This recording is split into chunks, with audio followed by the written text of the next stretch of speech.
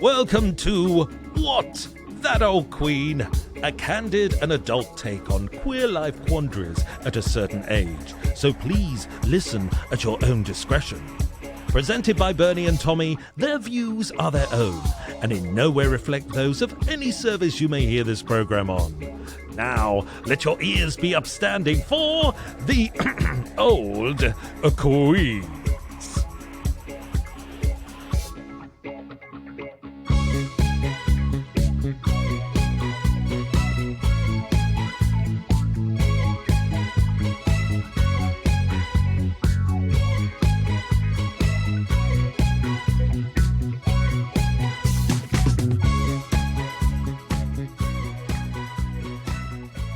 Hey, Tommy. Hi, Bernie. Hi. I wasn't expecting to be on Zoom for a final episode of this season, but I am because I've been told to self-isolate. Yeah, you got a memo. I got a message from the NHS app, which seems to be happening to lots of people, but it seems to be people that have been going out and watching football, which I definitely haven't been doing. It's not in my remit to do that. Well, also school teachers have got it as well. Right. Okay. Yeah, they're going down like flies. So I've been double jabbed and I've tested myself every day and I've had a lab test and I've been negative and I obviously don't have any symptoms. I think, what's the point of all of these tests if I can't go out, if it's negative?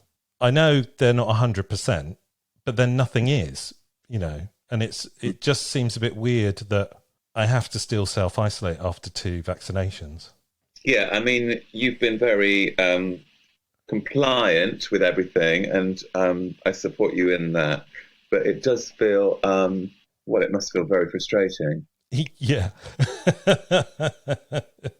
Very frustrating. But midnight tomorrow, I'm free. So by the time this podcast comes out, I'll be free again. You'll be having a whale of a time come midnight. As you said, I'm going to be down the BBB. Or the Oldcastle Green. Everyone seems to be going to the Oldcastle Green these days. Do you think you will go out at midnight? You just wake up the next day? I'll probably just wake up the next day. But I don't know. See how I feel. Why? Shall we go out? You've got a show to do. I can't go out. Yeah. Anyway, enough about me. How's your week been? I'm very excited about a new purchase. Oh, yeah? What have you bought? I've bought some slippers. Oh, look at those. But they're actually also, they're double, they're microfiber, and so you can clean your floor as well as wear them. I love it. As I'm not, I hate cleaning. I love a dual purpose thing that can do that. They're not just dual purpose; they're triple purpose. All right, come on then. Well, the woman that sold me them in TK Maxx said, and you can do exercises at the same time. What kind of exercises? Well, I just imagine like shuffling around the floor. Splits. I think the splits would be brilliant in these slippers. Yeah, probably. You might do yourself a mischief if you do it too quickly and you're not used to it. No, I'm very used to doing splits. Okay. And I just received a lovely bottle of wine from Laithwaite's, free of charge. Just came through the post. Oh wow! It's a gooseberry bush and it tastes divine. I love a gooseberry flavour in a white wine. Yeah. It's quite acidic and tarty. Like you. Totally like me. Well, with that in mind, I haven't really scripted anything for the final episode, but I thought we'd a little game, which I'm going to call Me Buff, because I want to play the theme tune to kink my bluff. So, but it's not really. But let me play the theme tune and then I'll explain what I want us to do. Okay.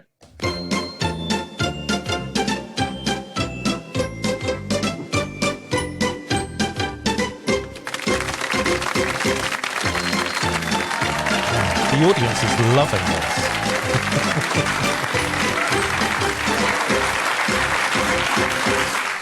Right. So I was going to do a whole kind of queer my bluff type thing because I've got this book, which is a new book called The Queen's English, written by Chloe O Davies. And it's the LGBTQIA plus dictionary of lingo and colloquial phrases. Now, I've had a look through, and I would say probably 90% of this stuff, old queens like us would know. So it's probably a good gift to give someone who, A, doesn't know about queer culture very much and wants to be an advocate, or they're just coming out. Yeah, you see, I think I need one the other way round. I need one that's like all the kind of new lingo, because I had to ask someone what WBU meant the other day. And what does it mean? I think it just means, what about you? Oh, well, it does have some of that in there, and it has a lot of the lingo which is used on Drag Race and things like that. But I wanted to test your knowledge on a few of them. So in good style, I'm going to start at the end. So what do you think a zaddy is? Beginning with Z, a zaddy. You're not going to give me any options? No, it's not really kink my bluff. I'm just going to ask you whether you know what it is or not. Okay. No, I don't know what it is, but I could hazard a guess. Hazard a guess. It's a daddy, but that is on Zs. You mean me? No, it almost. The daddy part is right, I think. It's a person, typically masc or male identifying, who is extremely eye-catching and put together. And zaddy exudes a confident demeanour and oozes sexiness. Oh, that is you. Oh, bless you. Shall we stay in the Zs? What do you think? Why not? What do you think a zucchini is? I looked at the letter. What's a zucchini? It's a fruit, isn't it? No, but in the terms of queer lingo. Oh, right. Is it someone that's an old fruit, like a sort of bit of a lush? No. It's a partner in a queer platonic relationship. So very close, non-sexual friends. So that's a zucchini. Have you got any zucchinis? Well, are you a zucchini? Well, I could imagine I could be. Okay. Ace Queen. I'll give you a clue. It's your one. It's a bit like an alpha male. But... Well, kind of. It's a gay, bi or queer man who grooms and styles themselves in a traditionally feminine way. Okay. So I would say that you're a bit of an ace queen. I like it. Are you happy with that? Yeah. Okay. What's an auntie? Just sort of like a maternal kind of figure, like maybe in a club scene. Yeah. Queer club, mature, mature, gay, femme guy, who can be a mother figure. A blue boy. I'm in that as well. Yeah. A blue boy. Someone that is interested in like sort of vanilla kind of sex. Well, possibly. Yeah. It's a police officer. But he might like vanilla sex. Ursula. What's an Ursula? Is it a reference to Ursula Andress coming out of the swimming pool in a statement bikini? I wouldn't have thought so, no. It's a butch lesbian who enjoys celebrating bear culture. Oh, we all know a few of those. Okay, what about cakes? Can I jump out of one? Well, possibly. Cakes apparently are enticing buttocks. Also can be called biscuits, booty, or buns. What's a blouse? Like a big girl's blouse would be like someone that would be just... I mean, I would think I was a bit of a girl's blouse. Like, I would describe it as someone that would be very anti doing any kind of DIY or anything practical and just be like, oh no, I can't do that, which is me. So I'm not... Well, I want to own Big Girl's Blouse because that's what I was called as a kid. And I quite want to own that. But apparently, Just a Blouse is a femme, gay, bi or queer guy who identifies as a top. I mean, we're learning all this new lingo. I mean, I had to go through like lots of pages to find stuff that we wouldn't know, but I didn't know any of this either. So I was just testing whether you knew it. No. Well, I haven't done very well so far, have I? No. Well, yeah, you got the first one right. Jackie. Jackie. Yeah, it's Jackie. Like, it could be a reference to Jackie Stallone in my favourite Big Brother. Yeah. It could be a reference to Jackie Collins. I'm really excited about Lady Boss, the new film that's coming out about Jackie and Jackie Collins. Jackie, I don't know. I just think it's probably a woman that knows her own mind. Well, possibly, but apparently in the Queen's English dictionary, it's a person who seems deceptive or pretentious. I think we know a few Jackies as well, don't we? Okay, you got three more. Well, actually, two more. One's a statement. A unicorn. Well, the unicorn is a very sort of archetypal symbol of gay prideness, magical and fantastical. I like your logic. I don't think many of these have any logical answer, unfortunately. I would connect it to someone that is sort of like probably quite kink averse as a queer person. Oh. They might just be very much into the sort of the bright colours and the childlike sort of infantilizingness of queer culture. I don't know. Yeah, I mean, I love that. But it's the wrong answer. It would be a great bluff. A unicorn is a queer person, often bi, who is open to sex or a relationship with a heterosexual couple. Oh. That's a unicorn. Do they actually exist? Is it because they're very rare and they've got the horn?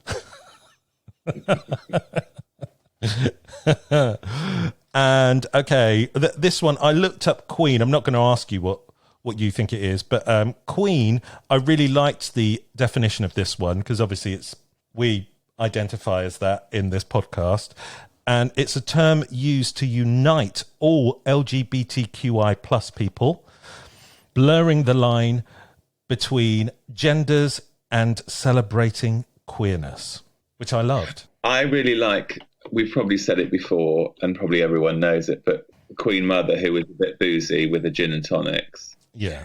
Sneaking out of the palace and going down to some pub and then sort of shouting in the boozer, which one of you old queens is going to buy this old queen a drink? Yeah, that story. I think that's what I'm going to do tomorrow night at midnight at the BBB. Final one, Zam, like damn, but with a Z in the front. We're back to the Zs. I have no idea. Sorry, Bernie. Apparently, it's an overly empathic dam. Oh. Well, there you go. I didn't know hardly any of those either, which is why I was testing you. So I don't feel like you failed. I feel like we've won because we've learnt something, both of us, today. Whether withhold that information. Right. Like my brain is full already. Yeah, mine too. So the Queen's English is available to buy now. There is a link in the description below.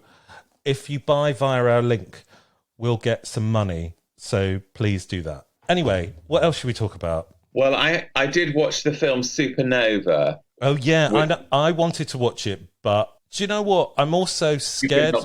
Well, I've been locked up and locked out this week. I did try and fake being in America via a VPN thing, but it didn't work. So I couldn't watch it. But I have to say, I watched the trailer and I was in tears. I mean, it's obviously very close to home for me because my mum's got dementia. But yeah, go on. Tell me about it. I will watch it, but I think it will be a difficult screening for me. Do you know what I mean? I think you're right. And I was very curious to know what you might think of it. I mean, it has a slightly different premise because it's about early onset dementia. So we're talking about a gay couple that are probably like in their late 50s. And and it's been a film that has been completely overshadowed by the Anthony Hopkins. Is it called The Father with Anthony Hopkins? Yeah, I think so. Yeah.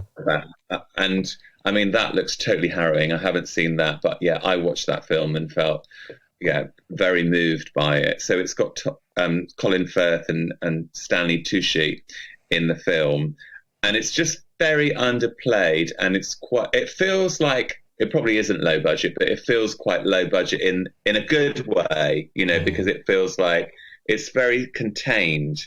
And there's those kind of like beautiful moments of dialogue. They're like bickering because they're kind of going on a road trip, and they've got this sat nav, and the sat nav, one of them comments like, "Oh, this sat nav, she sounds a bit like Margaret Thatcher," and then the other one says, "Well, isn't it awful? Like Margaret Thatcher was like responsible for Clause 28, and now she's telling us where to go on holiday." So there's comedy moments in that as well. Yeah, it has that lightness. Yeah. But it's really interesting because it sort of brings up that age-old question that we often talk about, which is about straight actors playing gay characters. Yeah. And it's a really difficult one with those two actors because I just think they're brilliant performers. They're brilliant actors. I hated Colin Firth until I saw Single Man, and then he just changed it for me with that one performance because I just thought he was brilliant. Because, I mean, he doesn't identify as being gay, but I think he really does understand gay people because I think he does know how to play a gay man. Stanley Tucci, though, is he not gay? No. Oh, wow. But apparently they're really good friends. So there's this real sense of intimacy with the two of them, and you get that from it. Right. But that, yeah, I mean, I've watched, like I said, I watched the trailer, and I was in tears. I mean, it is very close to home for me. But the thing is that there is humour within it, and I don't want you to obviously reveal the ending and spoil it for people. But what was the overlying art? Was it quite a positive one, or was it quite a negative one? Do you think? It just felt a very real one, actually. Okay. It just felt very, very truthful. There's a beautiful sub kind of plot, which is about the elements and the stars and astrological stuff, really, which is interesting because I've got a show on Saturday and it's kind of talking about the atoms and fragmented stars and that we're all made from those things. So it felt really like, oh my God, I'm thinking about this as well. The only thing that really pisses me off about these films is why are they always characters that are really like, I can see why by the characters need to be sort of very well-formed, articulate kind of people, but they always live in really fucking posh houses and like drive nice cars and have this kind of like beautiful people with beautiful houses and stuff. Why can't we see films where there's just like people that can, that can articulate, unlike me, but that just live in regular places? Because it is seductive to see nice houses, but I don't think it would take away from that film if we saw them just living in a small little one-bed flat in Old Market, for example. Yeah, exactly. And obviously my mum, and actually there's a whole other story there with how like a property can break down because of dementia. I saw it happen with my mum's place. And it is interesting. It's always cinematic, isn't it? They all live in these plush places in America, but then in America, like houses tend to be quite big anyway, don't they? I just kind of assume that everything's a little bit bigger over there and they don't live in pokey little flats like me and you. Yeah, I mean, Supernova is actually mostly filmed in a camper van, but then they visit in England. Right. But they do visit the sister in. It seems like a beautiful big house in Scotland. Right. So is it based in England? Yeah. Oh wow! And they're living in some massive. I was thinking it would be American. So So there's no reason for it not to be a tiny place in Britain. Yeah. But it looks like from the trailer of The Father, that's in a beautiful house. Oh yeah, of course. Well, yeah, it has to be like cinematic and look good. Everything has to be big in a film, doesn't it? including porn films, apparently. Anyway,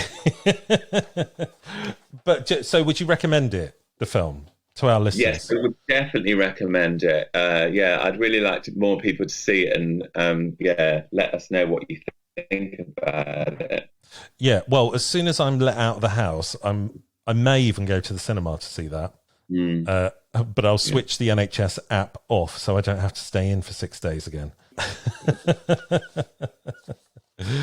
We have a fabulous guest coming up after the break. Rosie Wilby, award-winning comedian who's appeared on many times on BBC Radio 4 programmes and now What That Old Queen podcast. And she has her own podcast, The Break Up Monologues. Yeah. But also an audio book called The Break Up Monologues, which I've been listening to over the last couple of weeks. And the Break Up Monologues book is informed by the podcast, apparently. Yeah. So we'll be chatting to her after break. So we'll have a little break now, and we'll come back with Rosie Wilby. And we'll be back after this.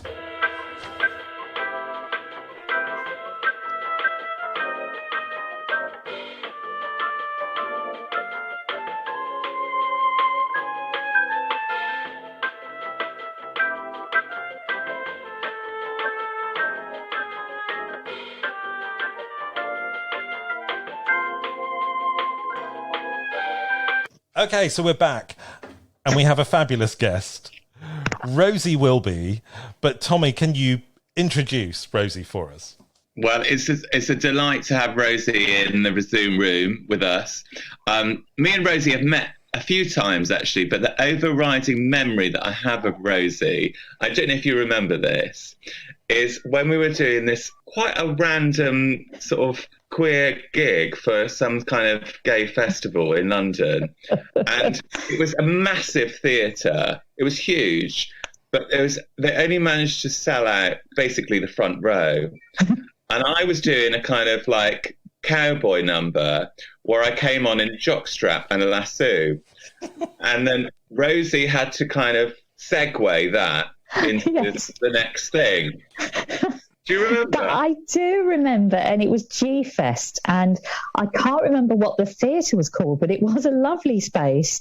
And yeah, bless them, they hadn't perhaps done the marketing they needed to sell the rest of the seats. But I remember it being a really lovely and warm evening, even with a smaller audience. But yeah, I was comparing and I loved your act. But I remember perhaps feeling a little peculiar in this sort of nearly empty theatre. But we've all done lots of those kind of events and gigs, haven't we? And we'll continue to. Anywhere that will have us. I mean, now, that would be sort of a safe number of people to have in that large space because they could have all socially distanced, couldn't they? I mean, why are they not putting on these events now? I mean, I'm sure there's many events which aren't going to attract that many people. How much should they only be for minority audiences? Right? Yeah. So, Rosie, you're the presenter of the Break Up Monologues, and you've got a new book out, which has been informed by the podcast. Yep. Tell us a bit about the podcast and the book. Okay, well, I've been doing comedy shows for about a decade now, investigating the psychology of love. So I embarked on this trilogy of shows all about how sexuality and attraction and eventually heartbreak work, which began with a show called The Science of Sex, which I've toured around the UK, and I've also taken to some queer festivals in New York and around the world.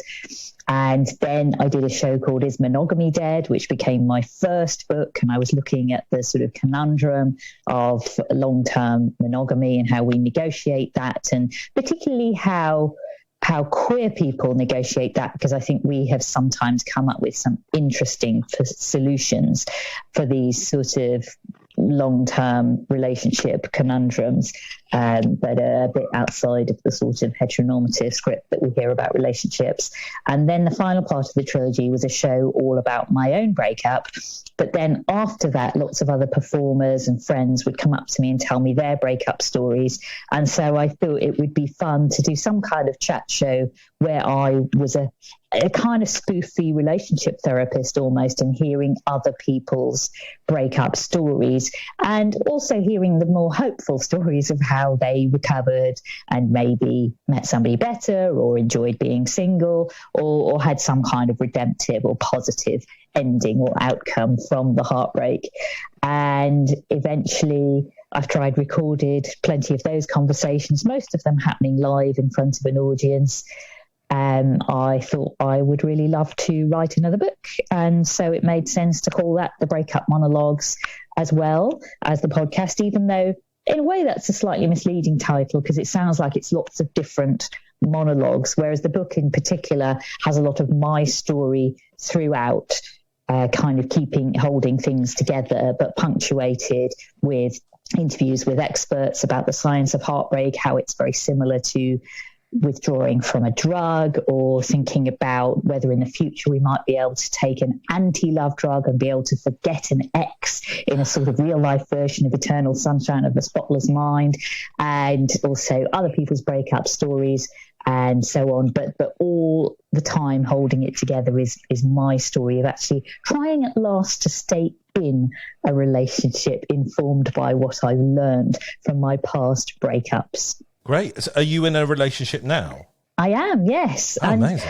Yeah, so in a way, it's like the sort of happy, in inverted commas, ending. Although, I'm kind of keen to point out in the book that being in a relationship is complicated and difficult and challenging, as well as wonderful. So I do think that being single has lots of pros and benefits as well.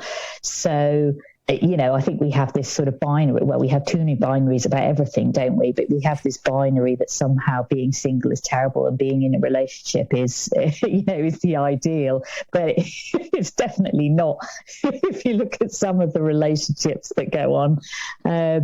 So yeah, I think we have these interesting ways, these interesting scripts of looking at relationships and celebrating relationships the longer they go on, with these increasing gifts at wedding anniversaries of, going from paper and wood up to sort of gold and silver and diamond. And, by the time people get to those wedding anniversaries, they're absolutely fed up to the back teeth of each other.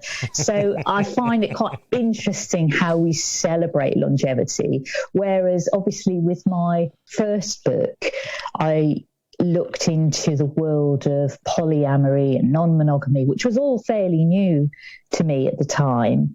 But I do think it makes a lot of sense to have a slightly different outlook on relationships. And even if you're going to be monogamous, to sort of, talk about what that means and maybe be informed by how much people who are polyamorous and having open relationships need to communicate.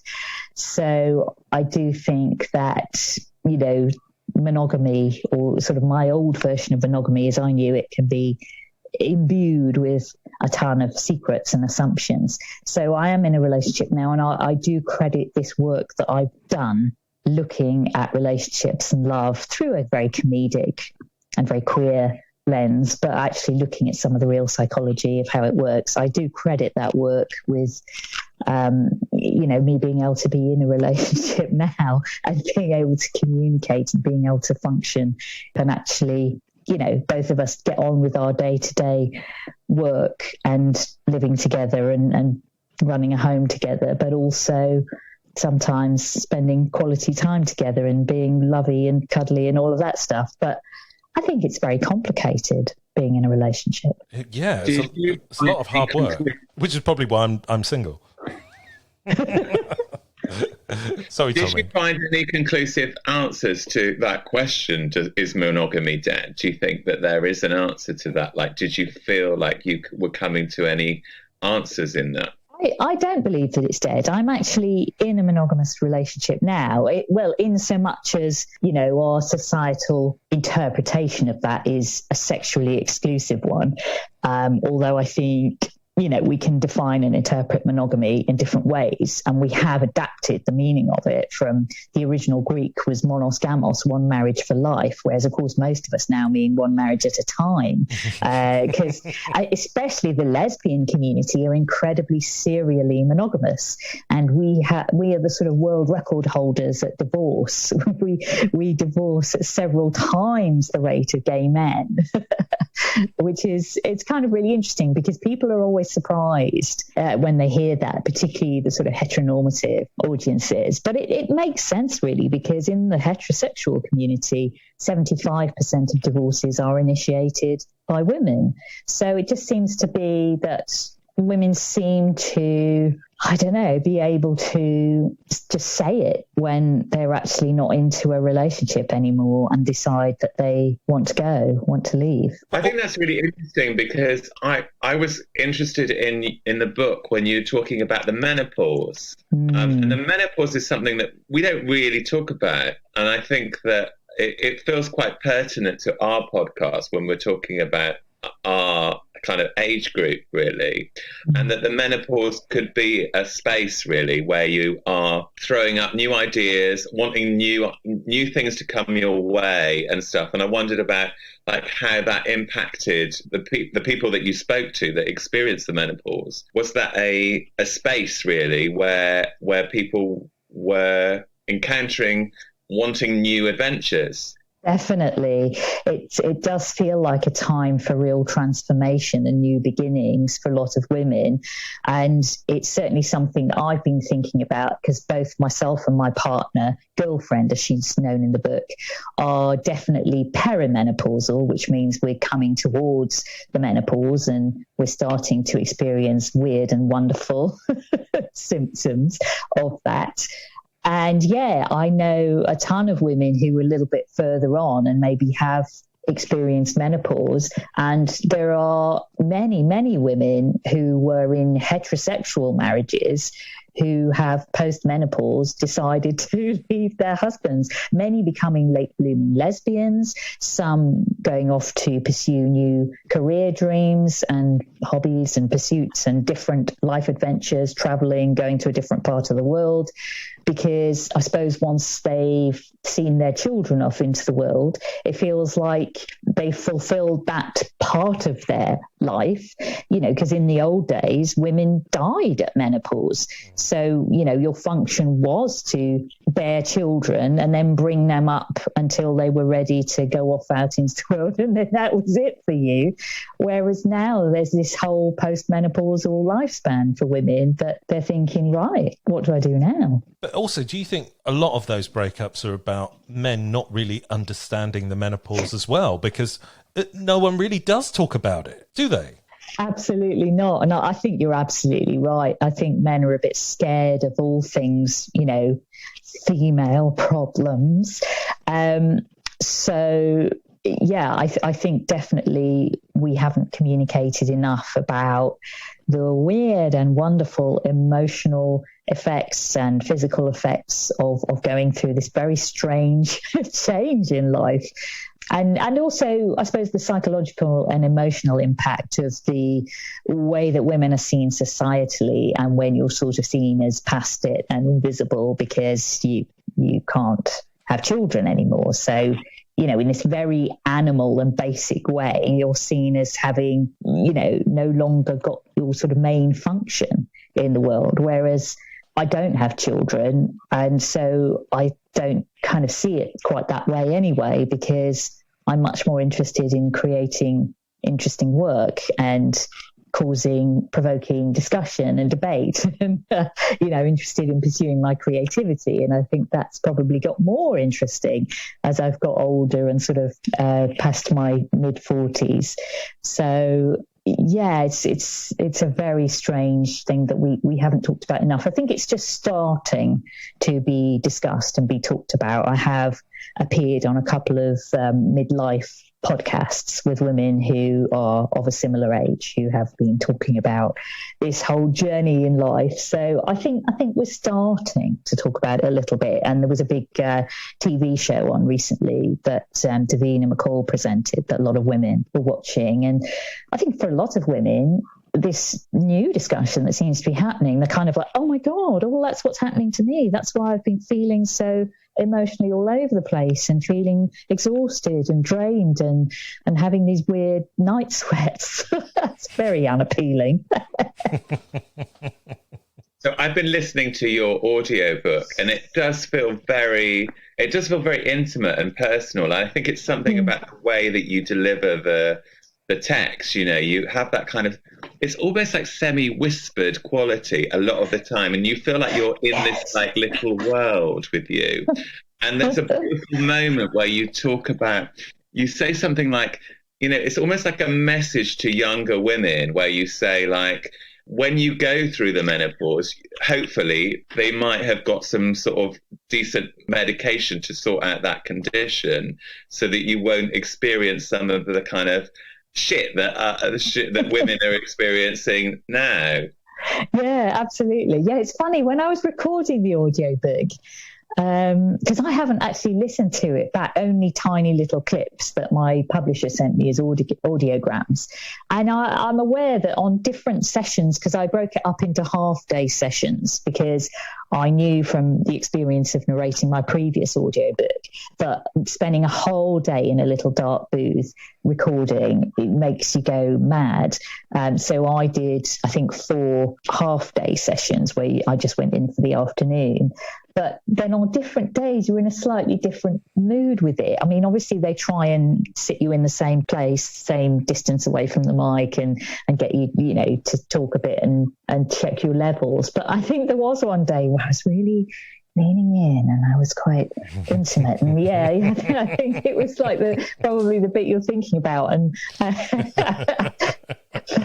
yeah, it's quite a personal book that really talks about, you know, heartbreak and loss and grief and worries about money and bereavement and, you know, a lot of quite challenging things that even though they're done largely through quite a comedic lens, you know, it is quite personal. So yes, I think I did have that sense of bringing the listener into my little world. One thing that you do really nicely is you give all of your exes like pseudonyms. And in honor of that, I've given some of mine some pseudonyms too. Oh, fabulous. So I wondered if we could pay homage to because you give ones like the bisexual comedian and the boozy ex-girlfriend. Those are the ones that I remember. But my ones are the unscrupulous Lothario. And then I've got the unscrupulous GP. There's a lot of unscrupulousness. That's what I said. And then I've got the big cheeked Portuguesa. I love them. I love it. Tommy didn't tell me about this, so I've had to come up on the spot with mine. Right. I've got the guy that was oh so anal about everything. The bisexual Frenchman. And rope. Oh, rope. Obviously gave me enough to hang myself and him. Right. Okay. Yes. Well, I was just going to say that makes me want to watch Rope, but the Alfred Hitchcock film, Rope. Oh, yeah. Of course. You're the centerfold of Good Housekeeping magazine. So Good Housekeeping. I was quite excited to get a spread in Good Housekeeping with quite a queer feature, really, about same-sex marriage and how I've gone on this journey with marriage from being a student campaigning on a same-sex wedding demo on Valentine's Day outside York Minster in the early 90s to then, I guess, when it became legal for same-sex couples to marry in 2014, thinking, I'm not sure whether we really want to buy into all that sort of patriarchal, archaic nonsense, and kind of thinking that queer people had their own creative ways of doing things that were maybe, maybe more interesting, really, anyway, than following this kind of normative script that we've all been told is the way to have relationships. to meeting somebody and falling in love and living together and having a dog and 2 cats and thinking, well, actually, it would be quite nice. And in some ways, maybe it is also a radical act to change the face of marriage and to, get dolled up for a lovely photo shoot in a very heteronormative women's magazine. I was quite into that, and they really embraced it and got us all dolled up for a photo shoot at the photographer's house in southwest London and got little outfits for us. And it was really sweet. It was quite a romantic photo shoot, actually. So, yeah, it was fun. And, I think it's great to have articles about women getting married in a magazine like that. And what was really sweet was my girlfriend's brother and sister-in-law showed it to their daughter. So my girlfriend's niece, who's, about 11 or 12, she's an incredibly bright girl. And she sent a message to her auntie saying that she'd absolutely loved Auntie Rosie's article, and it was really brilliant and really inspiring. So, I think if it gives young people, not that loads of young people necessarily be reading Good Housekeeping, but, things like that give young people some kind of sense that a relationship doesn't necessarily look a certain way, and that there is variety in that can only be a good thing. And actually the article was shared on Apple's newsfeed as well, so there were loads of people I wouldn't have expected to see it who sent me a message saying, "Oh, look at you, Rosie." So that was quite fun. So how do you feel? But how do you feel about relationships now? Because you're talking about, you're in a monogamous relationship. Your first book was Is Monogamy Dead? I saw your TEDx talk about that as well. You said it informed you as to how to have a better monogamous relationship in terms of the communication between polyamory. But, that was in 2015. Do you think it's changed now in 2021? Well, I think a lot of things are changing at the moment because the pandemic has altered the face of our relationships. And so people who were having more than one relationship, I guess, found it pretty challenging to do so when we were on strict lockdown. So, and also there've been a ton of divorces during lockdown as well. So I think the way we have relationships is possibly changing. I think now we're out of lockdown, people might go crazy and have a wild orgy. I don't know. But I think one of the things that informed me the most about how to take some kind of poly values forward into monogamy was when I went and did comedy at a sex party. And it it was super fun. And you can only do quite a short set at the cabaret because people are quite impatient for the sex room to be opened. But I was really keen to go to this event, but I thought being part of the cabaret was kind of my way of going in and sort of doing, in inverted commas, research. And, we've all been there.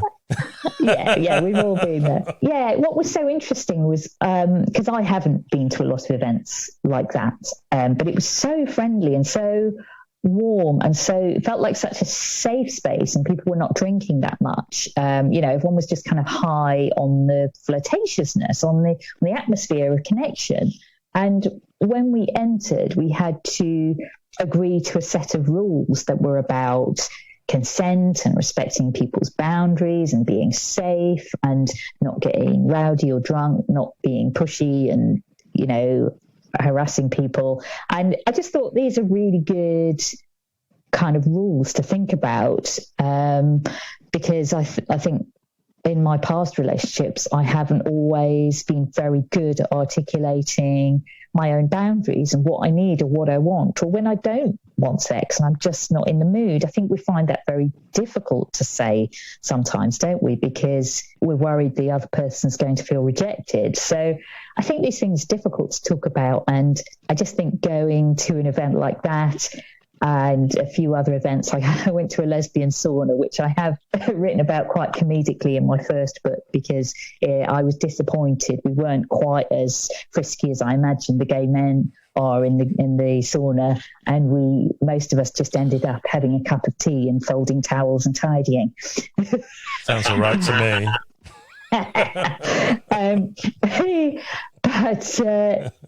So I do think that for me it was quite liberating to think about how we can think about relationships differently and how communication is so vital, however we're going to do it. And I just think, so many things are communicated about in such an awkward way, particularly in this country. We're so British about sex, aren't we? It's all innuendo and nobody wants to say anything like it is. So I think it was good for me to just think outside the very traditional heteronormative box for a while. Wow, would love to keep talking about this all night. I'm sure we'll bring it up in our Queens of Agony section, but are you willing to stay on and be a bit of an agony aunt for us, Rosie? Oh, I'd love to. Great. Okay, well, we have a little gong bath before we go into the Queens of Agony section, so I'll just do a big gong.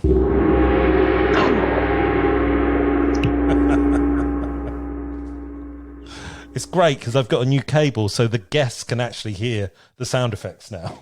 I can. What a gong.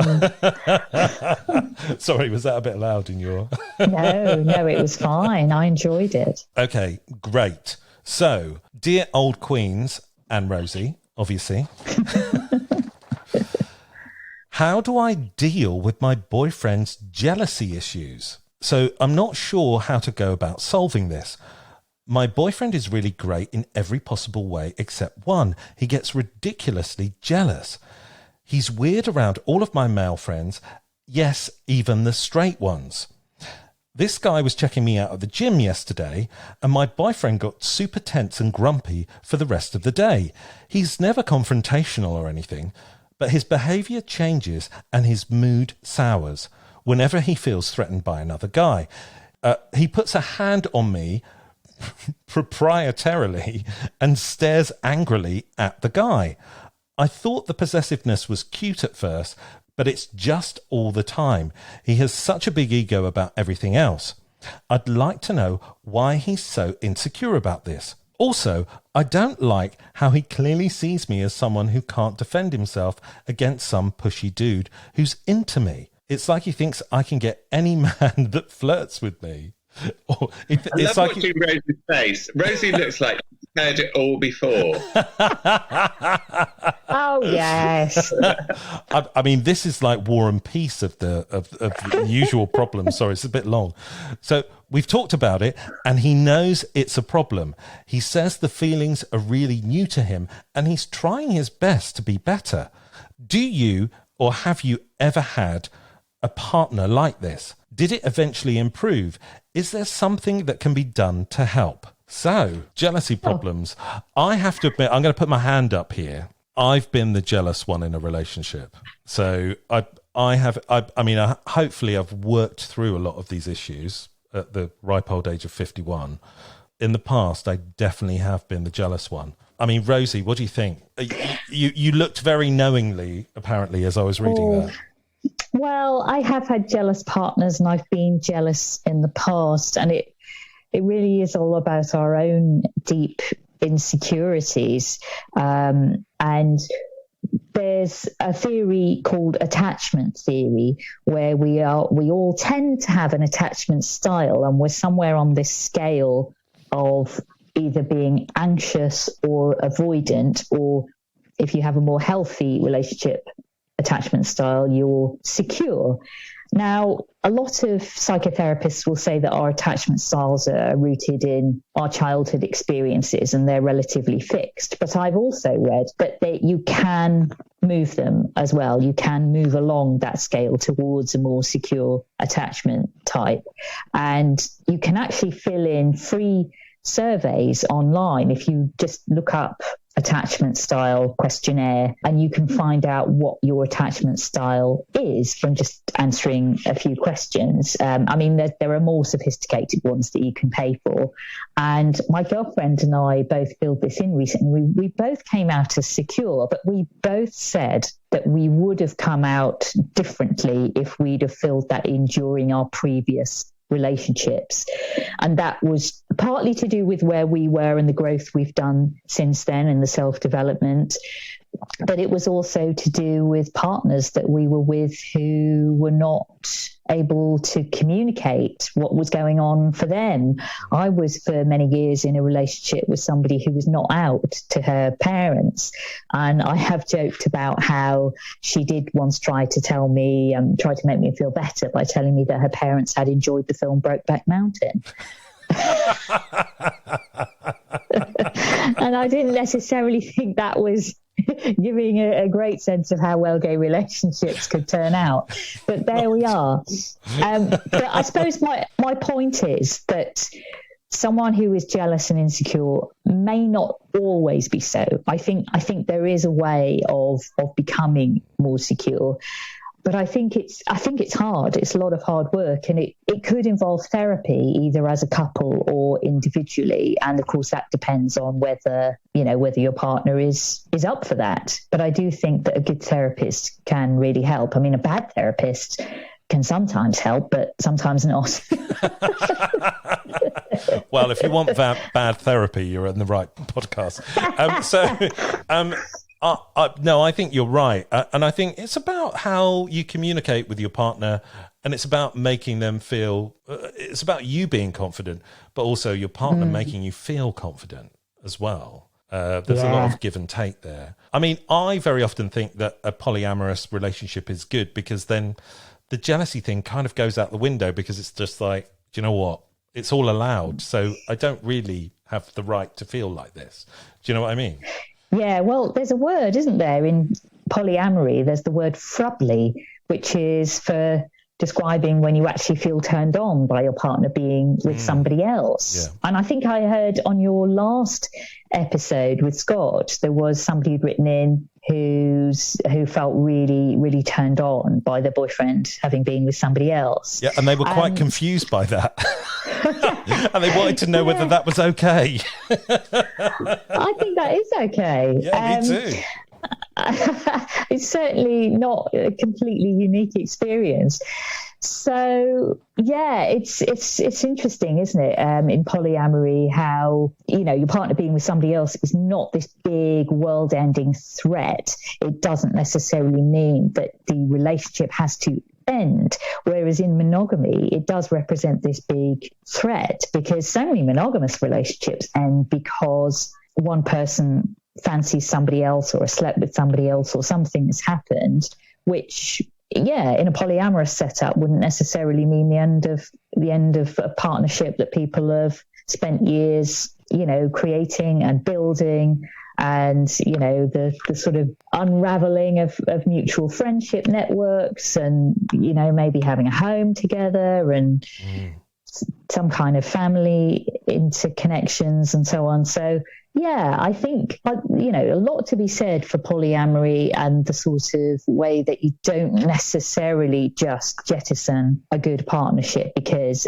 somebody fancies somebody else. That might just be a light flirtation, a bit of casual sex. It might be nothing that really threatens a deep-rooted, committed primary partnership. But of course, in monogamous scripts, that is, beyond the pale, isn't it? Yeah, it's a no-go. Tommy, it's so interesting, yeah. Tommy, what do you think? Well, I just thought that Rosie's answer was probably the most eloquent answer that we've ever had on What the Old Queen. No, 47 episodes. And it did make me think that we probably only heard this one side of that problem, really. And I was reminded about your book, Rosie, when you talk about being an only child and how that might impact on that relationship. So it might be interesting to explore that person's background, their history, really, to know really whether, because actually when I heard that problem, I was very much like, you just need to get out of that relationship. But probably the kind of more common sense answer would be to explore things in yourself, really, about why that's triggering you in that way. Definitely. Well, hold on that, Rosie, because the next question, bizarrely, seems to be related to this question. I'm not sure if these people are involved. But do you remember in the last question they said about the guy eyeing them up in the gym? Oh, yes. Well, dear old Queens. Is it wrong to purposely make eye contact with a gay couple at the gym? I noticed them. I could tell that they noticed me. Each of them were trying to sneak a peek when the other wasn't looking. I was mostly into the boyfriend that seemed like the obvious top, but both were looking and it was entertaining. A threesome would be hot, but it seemed like both of them were scared to get caught looking at me, so I doubt that that's on the table. I mean, so you think it's the guy? I like to think gym. This is connected. It's the same gym. Did you leave some kind of survey in a particular gym in London? I wish. Call out for questions. Yeah. Oh gosh, it's so interesting, isn't it? Yeah. Oh, well. Because that's kind of like I the think... other side, isn't it? It's the other side of, it's the guy that's looking at one of the partners and they might be jealous of each other, you know. Yeah, it's so interesting, and you're trying to work out what the dynamic is. But talking about this whole kind of poly monogamy divide and how we look at, you know, fancying other people outside of that, there were a couple of evolutionary psychologists who were polyamorous who I interviewed on my podcast and who I quote in the book, Jeffrey Miller and Diana Fleischman. And they were over from the States and came and guested on one of my London shows for the podcast. And they were just saying how there's this, you know, you're just not doing this kind of tightrope walk when you're polyamorous, that, you know, it's all or nothing.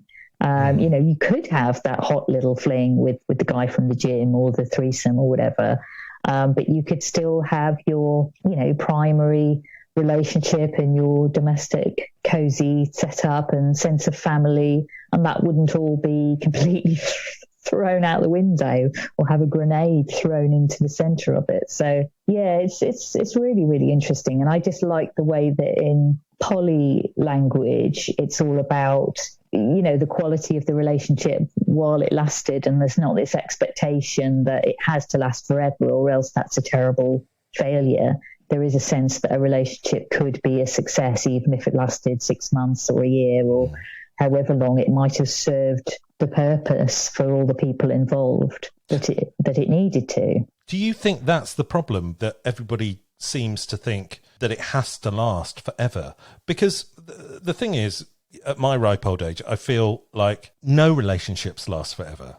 Even if they last a lifetime, one or other of you is going to die. So it's just like we need to not have this ideal of fairy tale relationships, because sooner or later they will end one way or another. Yeah, I know. It's quite a dark thought, isn't it? And it's almost a depressing thought that, you know, I've sort of committed to this woman that I'm going to marry, and, you know, it's lovely and we are in love and we're happy and we have, you know, this sense of family with our beautiful pets, and, you know, we have this lovely life that we're very lucky to have.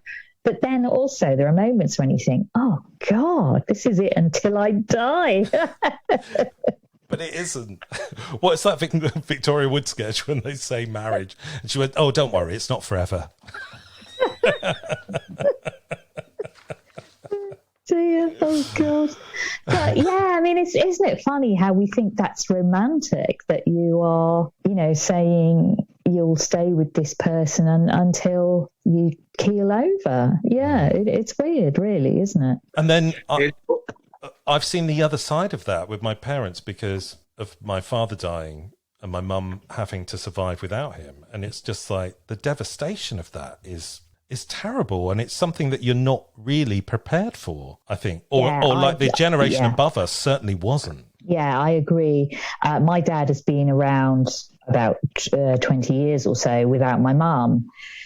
You know, because we lost her when I was still in my 20s. And yeah, and he's never met anyone else or been, I think, that interested in really pursuing another relationship, because, I guess for that generation, it was like, you know, it really was one marriage for life, pretty much. I mean, yes, of course, then perhaps people just ever so slightly younger than my parents did start to get divorced, and that was quite a thing. I've certainly had girlfriends who've had divorced parents, but yeah, I think that sense of not wanting to be with anybody else, even, you know, 20 years after your spouse has died, you know, I'm sort of glad that my dad is active and social and very physically well and fit, largely speaking, and he really enjoys his life and enjoys going out for walks and being out in nature and seeing lots of different friends. And,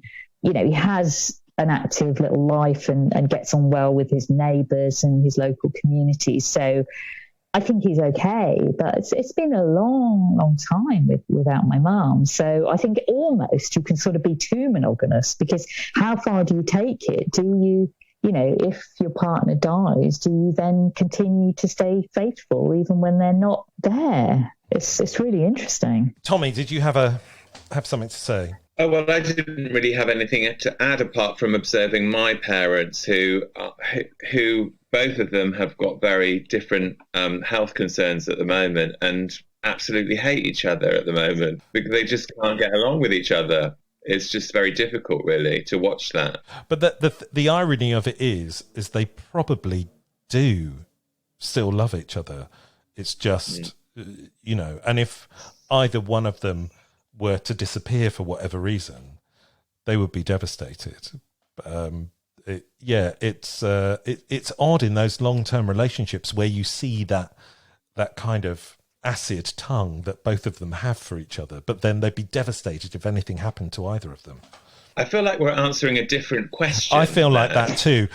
So let me just remind us of the question. Is it wrong to purposely make eye contact with a gay couple at the gym? I say no. It's completely related in my eyes.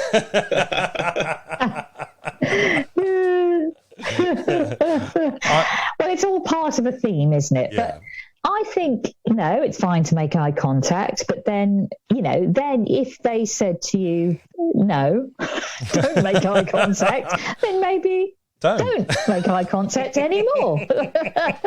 Maybe leave it and go and look at somebody else. Of course. Okay, we got two more questions. One's long, one's short. Okay. Okay. So this one's a dating one. Third date red flags. So I went on a third date with a guy. Things were going really well. He asked a friend if he could join us to go swimming and have a drink. I said, sure. I noticed some awkward tension between the two. Later, the guy told me that he met his friend on Grindr and they hooked up last week. I was upset that he invited a Grindr hookup to hang out with us and never said a word other than he was a friend. Is it fair to be upset? Plus, their hookup was the day after our first date. I'm thinking I should bail early. What do you guys think? Are they friends? Are they friends or in a relationship? I didn't get that. This is a third date. So, although I feel like one of them's going into the friend zone with this. Don't you? But I mean, I don't know what you think, Tommy. What do you think? I think that they probably should have a conversation about what the parameters of that relationship are. Yeah, absolutely. I always think inviting somebody else on a date without explaining the context of who they are is a bit off. I once went on a date with a woman that I met on Gaydar Girls back in the days when that was a thing. And I knew that I was meeting her after she'd been seeing some other friends and they were going to have gone. And then I was going to turn up to this place and have my date with her. But when I arrived, she had this sort of panel of 3 ex-girlfriends all vetting me. It was like a very weird kind of X factor. And they just stayed. They just hung around. Wow. So that was weird. Did you have to perform or something? Were you? No, I mean, maybe they were hoping for that. But Yeah, in the end, I was just not really into it. And I thought this woman was a bit of a dick, really. So I left. But unfortunately, it was really rainy that day. And I'd forgotten I'd left my umbrella under the table. And I'd made a good exit, quite dignified. And then I thought, oh no, I've left my umbrella under the table. So I had to just go back and get it and go, I just got to get this. Just sort of ruined my very dignified exit. I love the idea of the umbrella under the table being some kind of metaphor for reclaiming something. I don't know. I hate it when that happens, when you have to go back after you've flounced out and done like a Joan Collins exit. Mm-hmm. Yeah, that's right. So what do we think? Third date? Should he carry on with this or what? Well, not without a conversation. Yeah. I think you're right. I mean, maybe this guy wants a throuple and he's introducing him to this guy that thinks they could all be in a relationship together with. Well, maybe he just needs to declare that and say that. And then I guess the other two could make their decision based on what he's proposing. Well, I think in a roundabout way, this guy is either telling him that he doesn't want a relationship with him, or he wants like a casual thing or an open relationship with him. He's not communicating it very well, but I think by inviting someone else on a third date who's a grinder hookup, I think I think it's quite a clear message there, which maybe could have been communicated in a different way. Yeah. Sadly, you're probably right, and it needed to have been communicated slightly better. But yeah, that might be his intention. Mm-hmm. Yeah. Okay. Final question, dear old Queens and Rosie. Losing my hearing after sex. Does anyone else lose their hearing after sex? My hearing goes out every time my boyfriend and I have sex. Is that a thing? So. Have you lost any senses after orgasm? I'm not so sure that I ever have. I don't think I've heard of that. Tom, have you? Never heard of it, but I don't. Why he's asking us? Well, he's never heard of it either because he can't hear after sex. But no. I don't. Yeah, that's a new one on me. I mean, that must be some orgasm. Yeah, I mean, maybe are they having really noisy sex? Like those decibels are too loud. Yes. Or maybe they're having sex in a club. I don't know. Obviously, clubs aren't a thing at the moment, so maybe not. Yeah. I mean, what sense would you want to lose after orgasm? Smell. Yeah. Yeah. What? Yeah, it can all be a bit sweaty then, can't it? It can be. Although that's when it's smell that really bonds us and makes us attracted to people. Yeah. You know, it's the pheromones, isn't it? Totally. I quite like the smell. I actually really love sweaty, I love sweaty sex, but I only love it in the moment. And then after, I sort of felt almost a bit repugnant by the sweat. Is it the sweat or is it the sex, Tommy? Should we dive deep on this? Well, I do have a lover that sweats a lot, and then I always have to put all the bedding into the washing machine afterwards. And sometimes I have to make that decision, like, do I really want to change the bedding, or will I just sleep on my own tonight? I mean. It's like you need to have sex in some kind of kill room cell. Yeah. Putting out, lots of tarpaulin everywhere, which is just going to make you sweat more.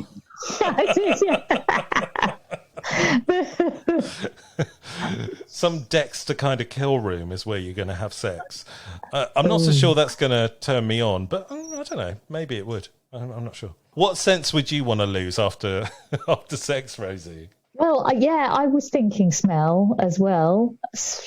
Yeah, I think it would have to be, because I mean, it depends what you're doing or have been doing, but it could be taste, couldn't it?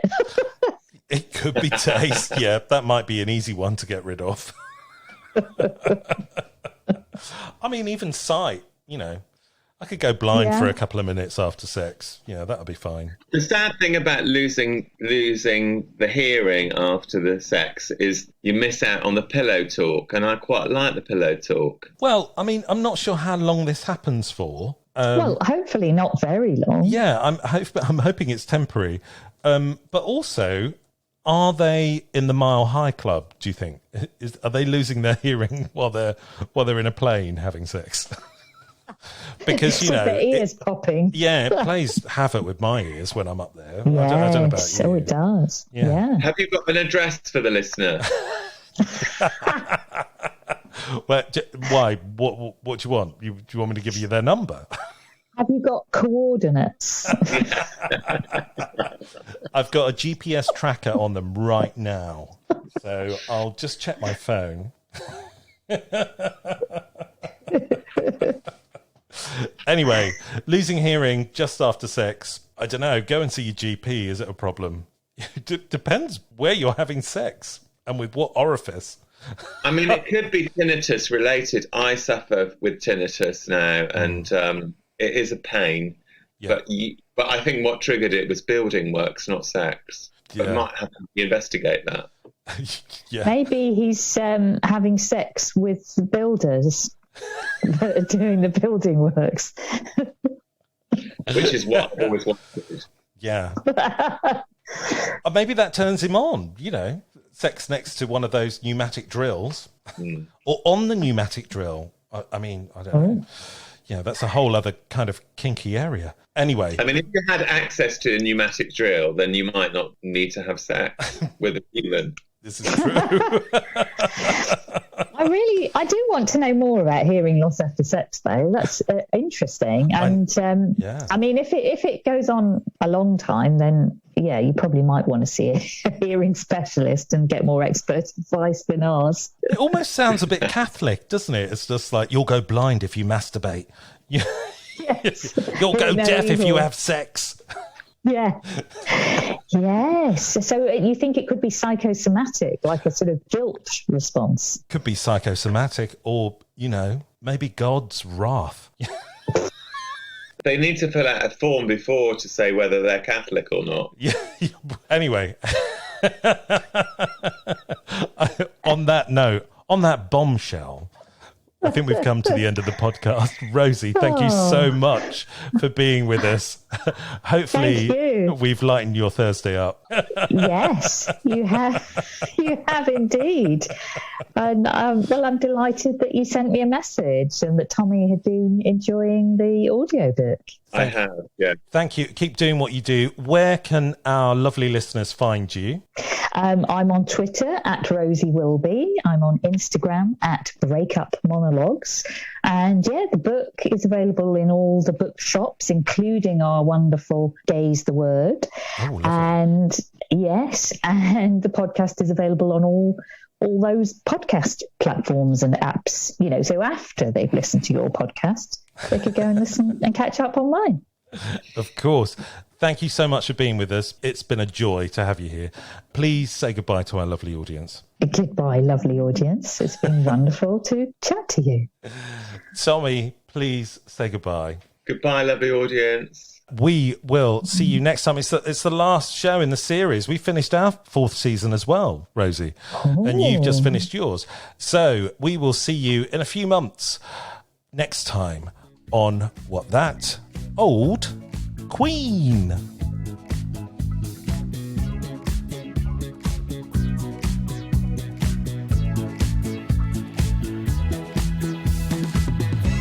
You have been listening to What That Old Queen, written and presented by Tom Marshman and Bernie Hodges. The show was produced by Bernie Hodges for Hodge Podcasting in 2021.